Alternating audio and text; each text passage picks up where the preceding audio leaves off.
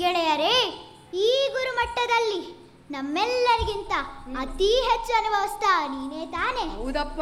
ಹೆಚ್ಚಿನ ವಿದ್ಯಾಭ್ಯಾಸಕ್ಕೆಂದು ಇನ್ನೊಂದು ಗುರುಮಠಕ್ಕೆ ಹೋಗದೆ ಇದೇ ಗುರುಮಠದಲ್ಲಿ 3 ರಿಂದ 4 ವರ್ಷ ವಿದ್ಯಾಭ್ಯಾಸ ಮಾಡಿದ್ದೇನೆ. ನಮ್ಮ ಹಿರಿಯರು ಏನು ಹೇಳಿದ್ದಾರೋ ಅವರಿಗೇನೋ ಹೇಳ್ತಾರೆ. ಹಾಗಲ್ವೋ, ಹಿರಿಯರು ಹೇಳಿದ್ದಾರೆ ತಾಳಿದವನು ಬಾಳಿಯಾನು ಅಂತ. ಅದಕ್ಕೆ ನಾನು ಒಂದೊಂದು ತರಗತಿಯಲ್ಲಿ 3 ರಿಂದ 4 ವರ್ಷ ವಿದ್ಯಾಭ್ಯಾಸ ಮಾಡಿದ್ದೇನೆ. ಈ ಗುರುಮಠಕ್ಕೆ ಗುರುಗಳನ್ನು ಬಿಟ್ರೆ ನಾನೇ ಆಧಾರ ಸ್ತಂಭ.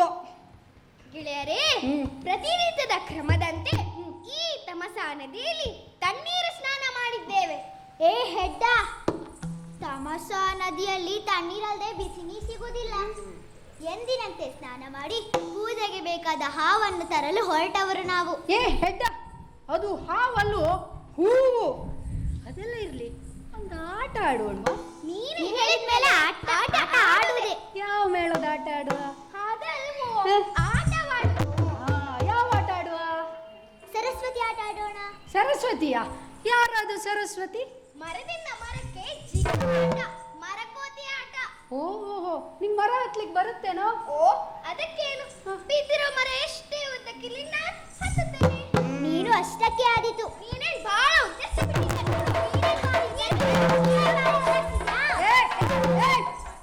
ಇಲ್ಲಿ ಹಿರಿಯವ ನಾನಿದ್ದೇನೆ. ಈ ಗುರುಮಠಕ್ಕೆ ನಾನು ಆಧಾರ ಸ್ತಂಭ. ನಾನು ಹೇಳಿದಾಗ ನೀವು ಕೇಳ್ಬೇಕು. ಏನು? ಕೇಳ್ತೀನಿ. ನೀನು ಕೇಳ್ಬೇಕಾ? ಕೇಳ್ತೀನಿ. ಈಗ ಮರಕೋತಿ ಆಟ ಆಡುವ. ಮರ ಹತ್ತಿ.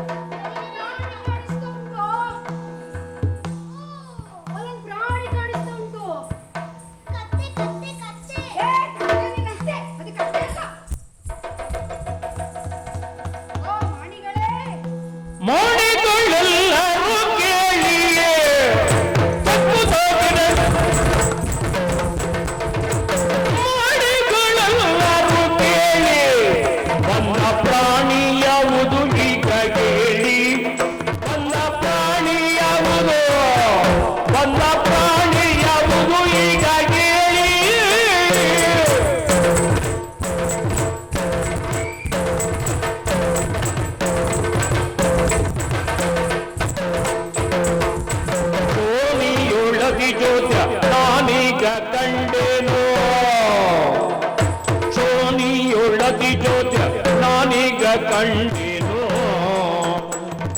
ಜಾಣರ ಧರ್ಮನ ಕಾಣಿಸಿಕೊಳ್ಳಿರೆ.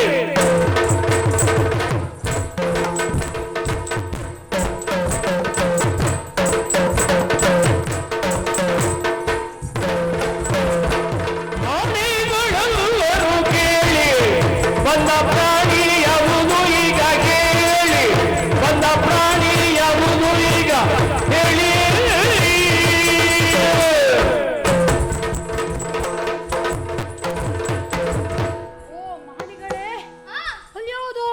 ಕಾಣಿಸ್ತಾ ಉಂಟು. ಅದಕ್ಕೆ 4 ಕಾಲುಂಟು.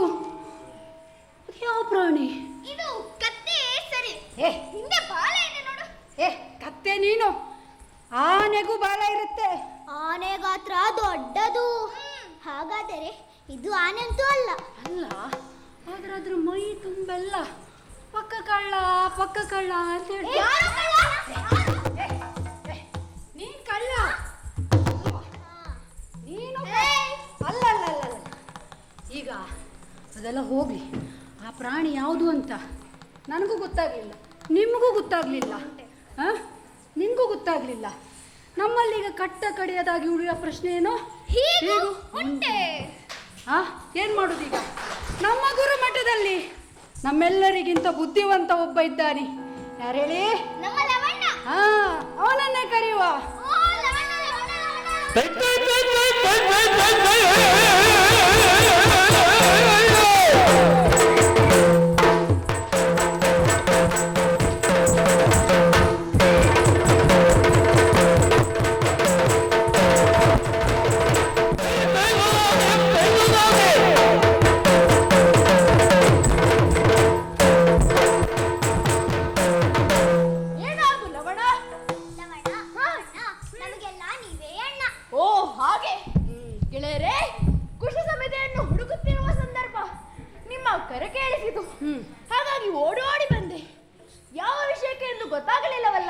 ಲವಣ್ಣ, ಹಾ?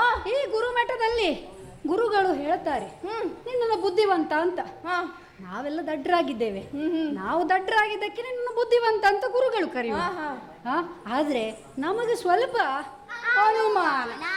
ಓಹೋ, ಹಾಗಾಗಿ ನಾವು 3 ಪ್ರಶ್ನೆಯನ್ನ ಕೇಳ್ತೇವೆ.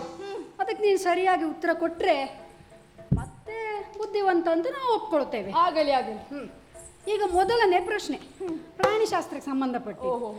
ಮೊದಲನೇ ಪ್ರಶ್ನೆ ಕೇಳಿ. ಲವಣ್ಣ ನನ್ನದೊಂದು ಪ್ರಶ್ನೆ. ನಾಯಿ ಯಾಕೆ ಬಾಲವನ್ನು ಅಲಡಿಸುತ್ತದೆ? ಇದು ಒಂದು ಪ್ರಶ್ನೆ ಏನು? ಅನ್ನ ಹಾಕಿದ ಯಜಮಾನ ಬಂದಾಗ ನಾಯಿ ಗೌರವಪೂರ್ವಕವಾಗಿ ಪ್ರೀತಿಯಿಂದ ಬಾಲವನ್ನು ಅಲ್ಲಾಡಿಸುತ್ತದೆ. ತಪ್ಪು. ತಪ್ಪು. ಸರಿಯಾದ ಉತ್ತರವೇನು? ಬಾಲಕ್ಕೆ ನಾಯಿನ ಅಲ್ಲಾಡಿಸ್ಲಿಕ್ಕೆ ಆಗುದಿಲ್ವನ, ಅದಕ್ಕೆ ನಾಯಿ ಬಾಲ ಅಲ್ಲಾಡಿಸುದು. ಎರಡನೇ ಪ್ರಶ್ನೆ ಸಸ್ಯಶಾಸ್ತ್ರಕ್ಕೆ ಸಂಬಂಧಪಟ್ಟಿದ್ದು. ಓಹೋ, ಕೇಳು ಎರಡನೇ ಪ್ರಶ್ನೆ. ಮಾರ್ಗದ ಎರಡೂ ಬದಿಯಲ್ಲಿ ಮರಗಿಡಗಳನ್ನು ಯಾಕೆ ನೆಡುತ್ತಾರೆ? ಒಂದು, ಮಾರ್ಗದಲ್ಲಿ ನಡೆಯುವವರಿಗೆ ಗಾಳಿ ಹಾಗೂ ನೆರಳು ಸಿಗಲಿ ಎಂದು. ಇನ್ನೊಂದು, ವೃಕ್ಷವಿಲ್ಲದಿದ್ದರೆ ಮಳೆ ಇಲ್ಲ, ಅದಕ್ಕಾಗಿ. ತಪ್ಪು. ತಪ್ಪು. ಇದು ತಪ್ಪ. ಸರಿಯಾದ ಉತ್ತರ. ಮಾರ್ಗದ ಮಧ್ಯದಲ್ಲಿ ಗಿಡಗಳನ್ನು ನಟ್ರೆ ವಾಹನ ಸಂಚಾರಕ್ಕೆ ತೊಂದರೆ ಆಗುದಿಲ್ವನ, ಅದಕ್ಕೆ ಮಾರ್ಗದ ಬದಿಯಲ್ಲಿ ನಡೆದ. ಆಗಲಿ ಆಗಲಿ. ಇನ್ನು ಮೂರನೇ ಪ್ರಶ್ನೆ. ನೋಡು, ಪ್ರಾಣಿ ಕಾಣಿಸ್ತು. ಆ ಪ್ರಾಣಿ ಯಾವುದು? ಈಗ ತಿಳಿಯಿತು. ಆ ಪ್ರಾಣಿಯ ಬಗ್ಗೆ ತಿಳಿದುಕೊಳ್ಳಲು ಇಷ್ಟೆಲ್ಲ ಸುತ್ತಿ ಬಳಸಿ ಮಾತಾಡಿ. ನೋಡಿದೀರೆ ಬಾಲಕರು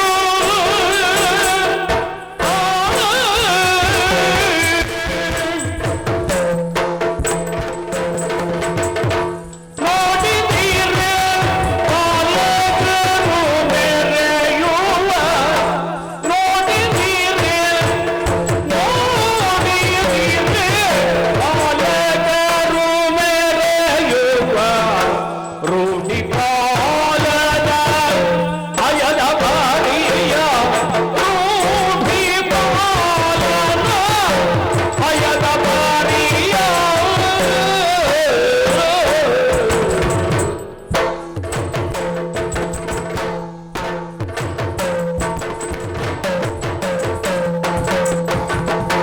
ಕಾಡಿಗ ವಿಮತೆ ಎಂಬ ಸಗಾಡದಿಂದ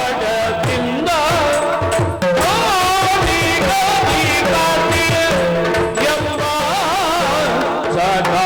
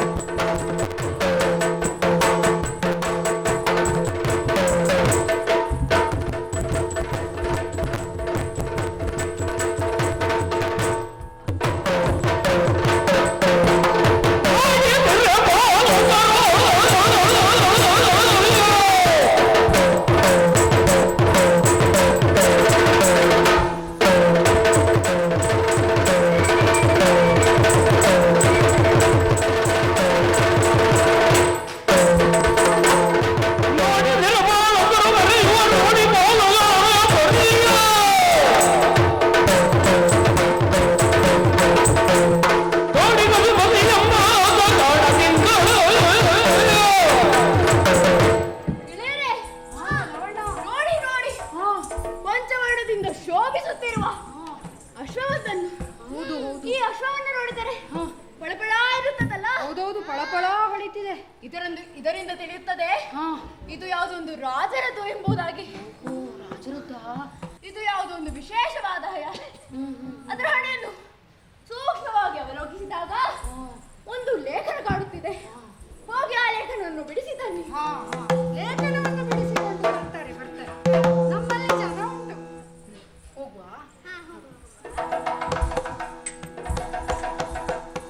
ಬಾರೋ, ನಿಮ್ಮ ಮುಂದೆ ಬರಬೇಕು.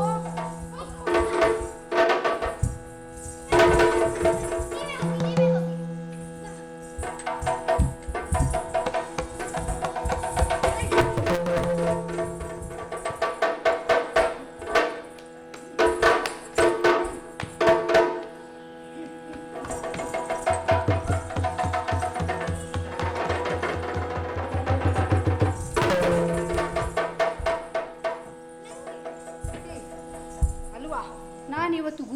ಬಿಸಿಲಲ್ಲಿ ಬೆಳಿಗ್ಗೆ ಬೇಗ ಎದ್ದಿದ್ದೆಲ್ಲ ಕಣ್ಣೆಲ್ಲ ಮಂಜು ಮಂಜು ಆಗ್ತಾ ಉಂಟು. ಹೌದಲ್ಲ? ನಿಂಗೂ ಹಾ. ಕಷ್ಟ ಅಲ್ಲ ಲವಣನಿಗೆ? ತರಣಿ ವಂಶಜರಮ ತರಣಿಯೊಳಿತ್ತೀಮ ತರಣಿ ವಂಶಜರಮ ತರಣಿಯೊಳಿತ್ತೀಮ ಉರಗನೆ ದವ ಮಾಡ್ವನು ಪರಮ ವಿಕ್ರಮಿಗಳು ಹರಿಯನ್ನು ಬಂದಿದೆ ಪುರವನ್ನು ಕೊಡಬಹುದು. ಮೇಲ್ಪಂಕ್ತಿಯಲ್ಲಿ ಸ್ವಸ್ತಿಶ್ರೀ ಎಂಬುದಾಗಿ ಬರೆದಿದ್ದಾರೆ. ಕುದುರೆಯನ್ನು ಆಸ್ತಿ ಎಂಬರು ಕರೆಯುತ್ತಿದ್ದಾರಾ? ಅಯ್ಯೋ, ಆಸ್ತಿ ಅಲ್ಲವೋ ಸ್ವಸ್ತಿ, ಶುಭ ಎಂದರ್ಥ. ಅಂತೆ ಕೆಳಗೆ ತರಣಿ ವಂಶ ಪ್ರದೀಪನೆಂದೇ ಪ್ರಖ್ಯಾತನಾಗಿರುವ ಶ್ರೀರಾಮಚಂದ್ರ ಬ್ರಹ್ಮಹತ್ಯಾ ದೋಷ ನಿವಾರಣೆಗೆ ಅಶ್ವಮೇಧ ಯಾಗವನ್ನು ಕೈಗೊಂಡಿದ್ದಾನಂತೆ. ದುರಪರಾಕ್ರಮಿಗಳು ಓ ನೋಡಿ ಆ ಕುದುರೆಯನ್ನು ಬಂಧಿಸಿ ಯುದ್ಧವನ್ನು ಮಾಡಬೇಕೆಂದು ಹೇಳಿದ್ದಾರೆ. ಹಾಗೆ ಅಲ್ಪ ಬಲರಾಗಿದ್ದಲ್ಲಿ ಕಪ್ಪ ಕಾಣಿಕೆಯನ್ನು ಕೊಟ್ಟು ಕಾಲಿಗೆರಗಬೇಕೆಂದು ಬರೆದಿದ್ದಾರೆ.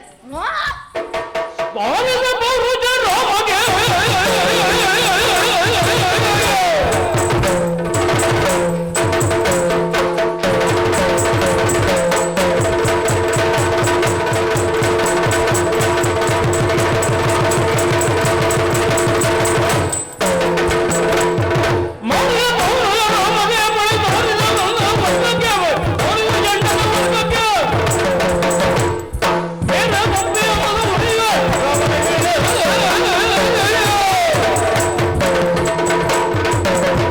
ಏನು ಪೌರುಷವೆಂಬುದು ಕೇವಲ ರಾಮನಿಗೆ ಬಾರದೆ ಅಥವಾ ಉಳಿದವರೆಲ್ಲ ಷಂಡರೆಂದು ಭಾವಿಸಿದ್ದಾನೆ ರಾಮ.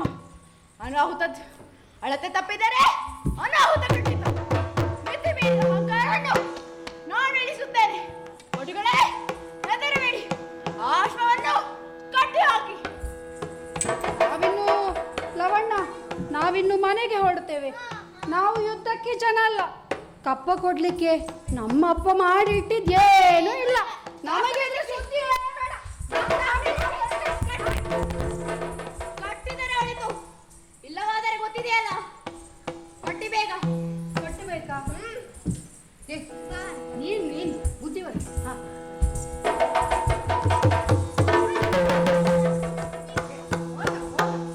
ಏನ್ ಮಾಡುದಿಲ್ಲ, ಹೋಗ.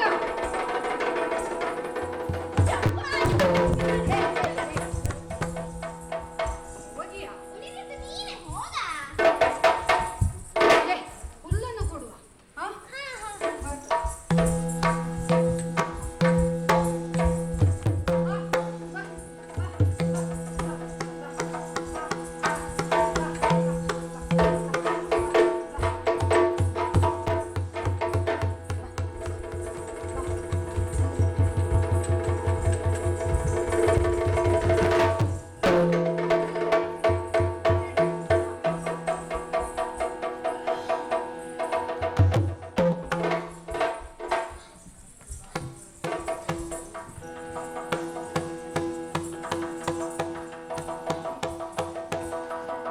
ಇದ್ದ ದುರ್ಗವನರಗೆ ಚಾರರು ಗುಡುಗುತ್ತ ಮುಂದೈ ತರುತ್ತಿರಲು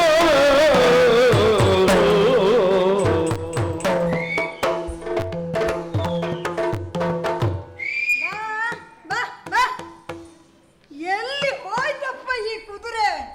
ಅಲ್ಲ, ಒಂದು ಮಾತು ನನ್ನ ಹತ್ರ ಹೇಳಿ ಹೋಗ್ಬಾರ್ದಿತ್ತ? ಸಾಕಾಯ್ತು ನನಗೆ. ಎಲ್ಲಿ ಅಂತ ಹುಡುಕ್ಲಿ?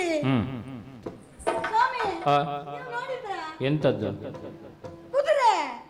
ಯಾವ ಕುದುರೆ? ಯಾರ ಕುದುರೆ? ಅಯ್ಯೋ, ಕುದುರೆ ನಂದಪ್ಪ. ಹೌದಾ? ಆದ್ರೆ ಅಶ್ವಮೇಧದ ಕುದುರೆ. ನೀ ಯಾವಾಗ ಮರ ಅಶ್ವಮೇಧ ಮಾಡ್ಲಿಕ್ಕೆ ಹೊರಟದ್ದು? ಹಾಗಲ್ಲ ಸ್ವಾಮಿ, ಅಶ್ವಮೇಧ ಮಾಡ್ತಾ ಇರೋದು ಪ್ರಭು ಶ್ರೀರಾಮಚಂದ್ರ. ಕುದುರೆ ಅವಂದು. ಮತ್ ನಿಮ್ಮ ಕುದುರೆ ಆಗೋದು ಯಾಕೆ? ನೋಡಿ, ಅದರಲ್ಲೇ ಗೊತ್ತಾಗ್ತದೆ ನಾವೇನು, ನಮ್ಮ ಕರ್ತವ್ಯ ನಿಷ್ಠೆ ಏನು ಎಂಬುದು. ನಮಗೆ ಯಾವುದೇ ಕೆಲಸ ಕೊಟ್ಟರು ಅದನ್ನು ಶ್ರದ್ಧೆಯಿಂದ ಮಾಡುವವರು ನಾವು. ಇನ್ನೊಂದು ಮಾತು ಹೇಳ್ತೀನಿ, ಕುದುರೆ ನಂದೇ ಅಂತ ಹೇಳಲಿಕ್ಕೆ ಒಂದು ಬಲವಾದ ಕಾರಣ ಇದೆ, ಗೊತ್ತುಂಟಾ? ಏನು? ಕುದುರೆ ಬೆಂಗಾವಲಿಗೆ ಬಂದದ್ದು ಯಾರು ಹೇಳಿ? ಯಾರು ಶತ್ರುಘ್ನ ದೇವರಲ್ಲ? ಹಾ ಹ್ಮ್. ಇದೇ ನಿಮ್ಮ ತಪ್ಪು ಕಲ್ಪನೆ. ಏನು? ಕುದುರೆಯ ಬೆಂಗಾವಲಿಗೆ ಬಂದದ್ದು ನಾನು. ಹೌದಾ? ಹಾ ನನ್ಗೆ ಅರ್ಥ ಆಗ್ಲಿಲ್ಲ.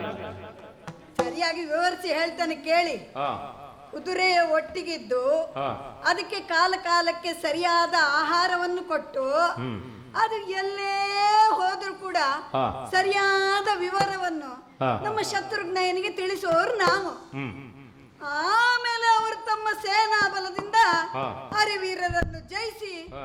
ಪುನಃ ಕುದುರೆಯನ್ನು ನನ್ನ ಹತ್ರನೇ ತಂದು ಕೊಡ್ತಾರೆ. ಹೌದಾ? ಹಾ ಹಾ. ಈಗ ಹೇಳಿ, ಕುದುರೆಯ ಬೆನ್ನಿಗಿರುವನೇ ಬೆಂಗಾವಲಿಗಲ್ಲವೇ? ಇದು ಸ್ವಲ್ಪ ಹೆಚ್ಚಾಯ್ತೇನೋ.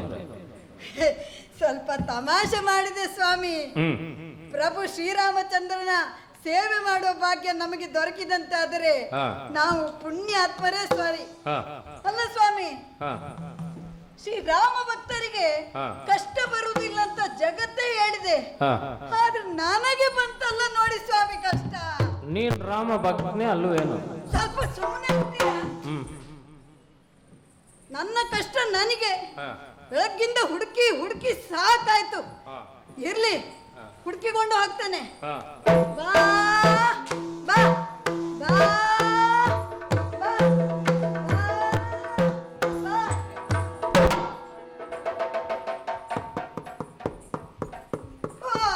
ಹಾ. ಇಲ್ಲೇ ಇದೆಯಲ್ಲ, ಹ್ಮ್ ಯಾರೋ ಕಟ್ಟಿ ಹಾಕಿದ್ದಾರೆ. ಯಾರು? ಯಾರಾದ್ರೂ ನಮಗೇನಂತೆ, ಹಾ. ಬಿಡಿಸಿಕೊಂಡು ಹೋಗೋದು ನನ್ನ ಕೆಲಸ. ಹಾ. ಬಾ ಬಾ.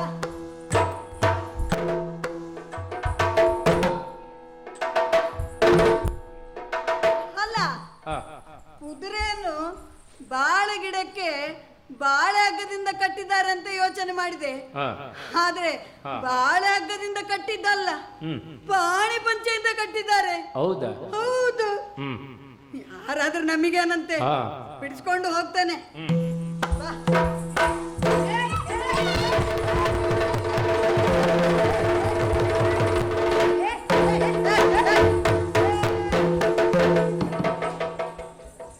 ಯಾರು ನೀವು? ಅಬ್ಬಾ ದೇವ್ರೇ, ಹ್ಮ್ ಬಂದು ಬಂದು ಇವರಲ್ಲಿ ಸಿಕ್ಕಿ ಬಿದ್ದನಲ್ಲ. ಹಾ. ಬಾ ಸಿಕ್ಕು ಅಂತ ಯಾರು ಹೇಳಿದ್ದು? ಯಾರು ನೀನು? ಯಾಕೆ ಬಂದೆ? ನಾನಾಗಿ ಬಂದದ್ದಲ್ಲ, ಹಾ. ನಾನು ನನ್ನ ಕುದುರೆಯನ್ನು ಹುಡುಕಿಕೊಂಡು ಬಂದದ್ದು. ಆ ಕುದುರೆಯನ್ನು ಹುಡ್ಕೊಂಡು ಬಂದದ್ದ? ನೋಡಿ ಮತ್ತೆ ಕುದುರೆ ಮಾಡಿಗಳೇ. ಬಿಟ್ಟಿದ್ದು ಯಾಕೆ? ನೋಡಿ ಮಾಡಿಗಳೇ, ಹಾ. ಅತಿಯಾದ ಉದ್ದಟತನ ಆರೋಗ್ಯಕ್ಕೆ ಒಳ್ಳೆಯದಲ್ಲ, ಗೊತ್ತಾಯ್ತು? ಹಾ. ಅಲ್ಲ, ಏನು ಮಾತಾಡ್ತಾರೆ ನೋಡಿ. ಹ್ಮ್ ಅಲ್ಲ, ಅವರ ಹೆಸರು ತಿಳ್ಕೊಂಡು ನಂಗೆ ಅವ್ರ ಹತ್ರ ಸಂಬಂಧ ಬೆಳೆಸ್ಬೇಕಾ? ನಿನ್ನಂತ ಕುದುರೆ ಕಟ್ಟುವಂಚ ಜೊತೆ ನಾವು ಸಂಬಂಧ ಮಾಡುದ? ನಾವು ಸಂಬಂಧ ಮಾಡು ಕ್ರಮವೇ ಬೇರೆ. ನಿನ್ನಂತ ಕುದುರೆ ಕಟ್ಟುವಂಚ ಜೊತೆ ನಾವು ಸಂಬಂಧ ಮಾಡುದಿಲ್ಲಪ್ಪ. ಗೊತ್ತಾಗುತ್ತೆ, ನೋಡುವಾಗಲೇ ಗೊತ್ತಾಗ್ತದೆ. ಹ್ಮ್ ಅಲ್ಲ, ಹ್ಮ್ ಆ ಕುದುರೆಯನ್ನು ಕಟ್ಟಿದ್ಯಾಕ? ಆ ಕುದುರೆ ಯಾರು ತಂದುಕೊಂಡಿದ್ದೀರಿ? ಯಾರದ್ದು? ಹ? ತುಂಡನಾದೆಯೋ ಎಲೆ ಮಾಣಿ ನಿನ್ನ ಸೊಂಟ ಮುರಿವೆ ದೇವರಾಣಿ. ತುಂಡನಾದೆ ಎಲೆ ಮಾಣಿ, ತುಂಡನಾದೆ ಎಲೆ ಮಾಣಿ, ತುಂಡನಾದೆ ಎಲೆ ಮಾಣಿ ನಿನ್ನ ಸೊಂಟ ಮುರಿವೆ ದೇವರಾಣಿ, ನಿನ್ನ ಸೊಂಟ ಮುರಿವೆ ದೇವರಾಣಿ, ನಿನ್ನ ಸೊಂಟ ಮುರಿವೆ ದೇವರಾಣಿ.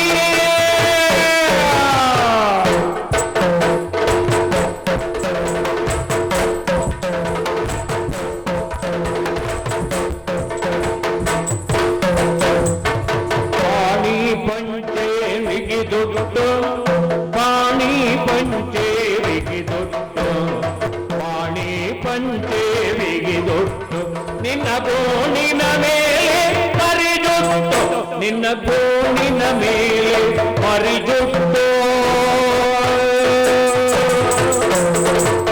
ಪಾಣಿ ಪಂಚೆ ಬಿಗಿದೊಟ್ಟು ನಿನ್ನ ಗೋಣಿನ ಮೇಲೆ ಮರಿಜೊಟ್ಟು.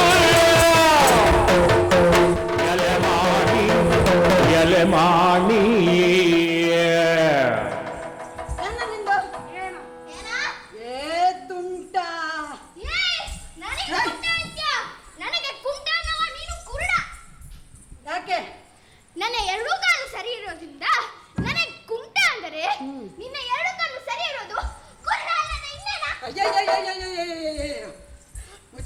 ಏ,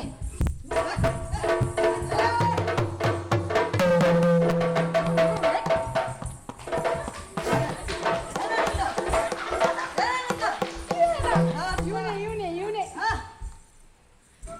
ಅಪ್ಪ ಜೋರೆ ಅಲ್ಲ ಇದು ಅಶ್ವಮೇಧದ ಕುದುರೆ ಗೊತ್ತಾಯ್ತಲ್ಲ? ಅಶ್ವಮೇಧದ ಕುದುರೆಯ ಅದ್ಯಾ ಅಶ್ವಮೇಧವ ಅದ್ಯಾವ ಮೇಧ? ಏಯ್ ಹೇಳಿದ್ರೆ ಅರ್ಥ ಆಗುದಿಲ್ಲ ನಿಂಗೆ?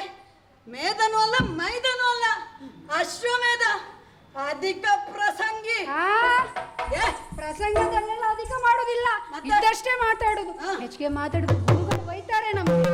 ಮಕ್ಕಳು ಬೈತಾರದ ಗೊತ್ತಿದ್ದು ಇಷ್ಟು ಮಾತನಾಡ್ತಾ ಇದ್ದೀರಲ್ಲ. ಹಾ. ಅಪ್ಪ ಜೋರೆ ಅಲ್ಲ ಹ್ಮ್. ಈ ಕುದುರೆಯನ್ನು ಪಾಣಿ ಪಂಚೆಯಿಂದ ಬಾಡಿ ಗಿಡಕ್ಕೆ ಕಟ್ಟಿ ಹಾಕಿದ್ದೀರಲ್ಲ, ಅದಕ್ಕೇನು ಬಿಡಿಸ್ಕೊಂಡು ಹೋಗ್ಲಿಕ್ಕೆ ಆಗುದಿಲ್ಲ ಅಂತ ಮಾಡಿದ್ರಲ್ಲ. ಅದನ್ನ ಬಾಳೆ ಗಿಡ ಕಟ್ಟಿತ್ತಂತ ಹಾ. ನಿನಗ್ ಗೊತ್ತುಂಟು, ಹಾ. ನನಗ್ ಗೊತ್ತುಂಟು, ಹಾ. ಭಾಗವತ್ರಿಕ ಅವ್ರಿಗೆ ಗೊತ್ತುಂಟು, ಅವರಿಗೆಲ್ಲ ಗೊತ್ತುಂಟು. ಗೊತ್ತುಂಟಾ? ಆ ಕುದುರೆಗೆ ಹೇಗ ಗೊತ್ತುಂಟು, ಅದು ನಾನು ಕಟ್ಟಿದೆ ಅಂತ ನಿಂತಿದೆ ಅಷ್ಟೇ. ಆ ಅದರ ಹಣೆಯಲ್ಲಿ ಲೇಖನ ಬರ್ದಿದೆಯಲ್ಲ, ಹಾ. ಅದನ್ನ ನೋಡಿ ನಾವು ಕಟ್ಟಿದ್ದು. ಏನೀಗ ಏ, ಜಾಸ್ತಿ ಮಾತನಾಡಿದ ಬೇಡಿ, ಹಾ. ಬಾಯಿ ಜಾಸ್ತಿ ಆಗ್ತಾ ಇದೆ.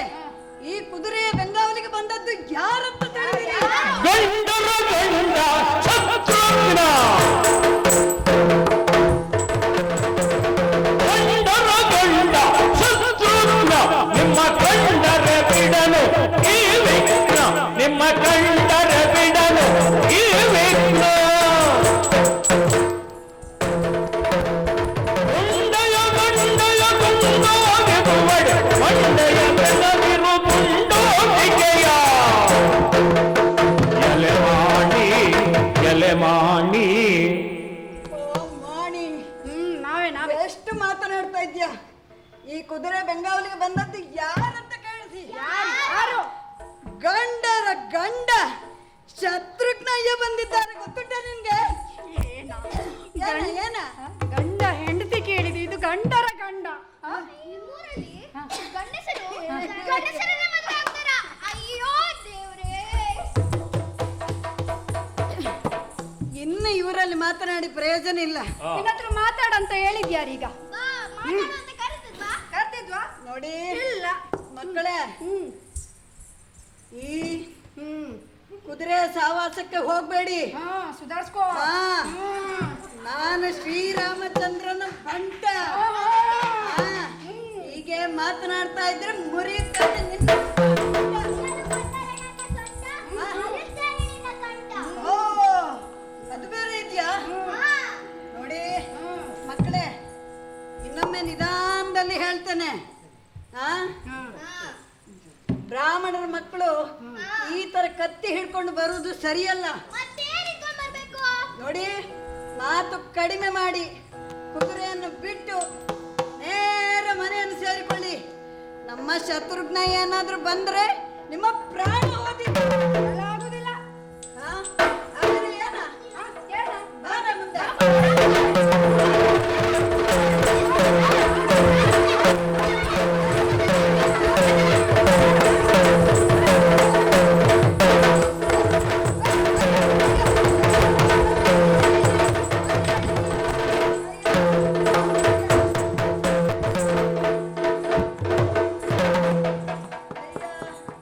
ಭಾರಿ ಮಾತಾಡ್ತೀಯ. ಭಾರಿ ಮಾತಾಡ್ತಾನೆ. ಹಾ, ಆ, ಹ್ಮ್. ಅಯ್ಯೋ, ಸುಧಾರಿಸ್ಕೋ. ನನ್ನ ಜೀವ ಬಿಟ್ಟು ಆ ಕಡೆ ಹೋಗ್ರು. ಬಹಳ ಬಹಳ ಮಾತಾಡ್ತಿದ್ದಲ್ಲ. ಮತ್ತೆ ನಿನ್ನ ಪುಣ್ಯ. ನಾನು ಸ್ನಾನ ಆದ್ಮೇಲೆ ಯಾರಿಗೂ ಹೊಡೆಯೋದಿಲ್ಲ. ಹಾಗಂತ ನಾಳೆ ಸ್ನಾನಕ್ಕೆ ಮುಂಚೆ ಬಂದ್ರೆ ಹೋಗಿ ನೋಡೇನಿಗೆ ಹೇಳು.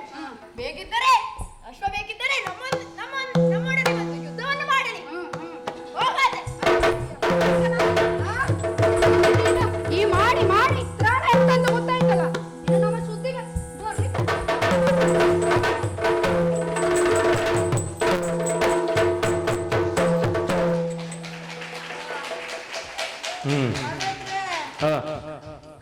ಹೋದ್ರಾ? ಹುಡುಗರು ಹೋದ್ರು. ಹೋದ್ರಾ?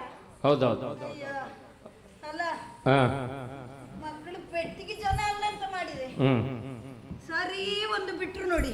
ಹೌದೌದು. ನಿನಗೆ ಬಾಯಿ ಹೆಚ್ಚಾಯ್ತು, ಅವ್ರಿಗೆ ಕೈ ಹೆಚ್ಚಾಯ್ತು. ಅಲ್ಲ ಹ್ಮ್. ಕುದುರೆ ಕಟ್ಟಿದ ಹೇಳಿದ್ದನ್ನು ನೋಡಿ ಹ್ಮ್ ನೇರವಾಗಿ ಹೋಗಿ ಶತ್ರುಘ್ನ ಇಲ್ಲಿಗೆ ಹೇಳ್ಬೋದಿತ್ತು. ಹಾ ಏನ ಹಾ. ಸ್ವಲ್ಪ ಹುಡುಗರು ಅಂತ ಹೇಳ್ಕೊಂಡು ಹಾ. ಸ್ವಲ್ಪ ಏರು ಧ್ವನಿಯಲ್ಲಿ ಮಾತನಾಡಿದೆ ನೋಡಿ. ಬಾಯಿ ಪಟಾಕಿಯಲ್ಲಿ ಓಡಿ ಹೋಗ್ಬೋದು ಅಂತ. ಮನೆ ಇರಿ ಸ್ವಾಮಿ ಹಾ ನೋಡಿ ಹಾ. ಸೊಂಟ ಮುರಿದಾಗೆ ಹೊಡೆದ್ರು. ಏನ್ ಮಾಡ್ತೀನಿ? ಇನ್ನು ಸುಮ್ಮನೆ ಇರಕ್ಕಾಗ್ತದಾ? ಹಾ ಹೋಗಿ ಅವರಲ್ಲಿ ಹೇಳ್ತೇನೆ. ಹಾ ಬರ್ತೇನೆ ಸ್ವಾಮಿ.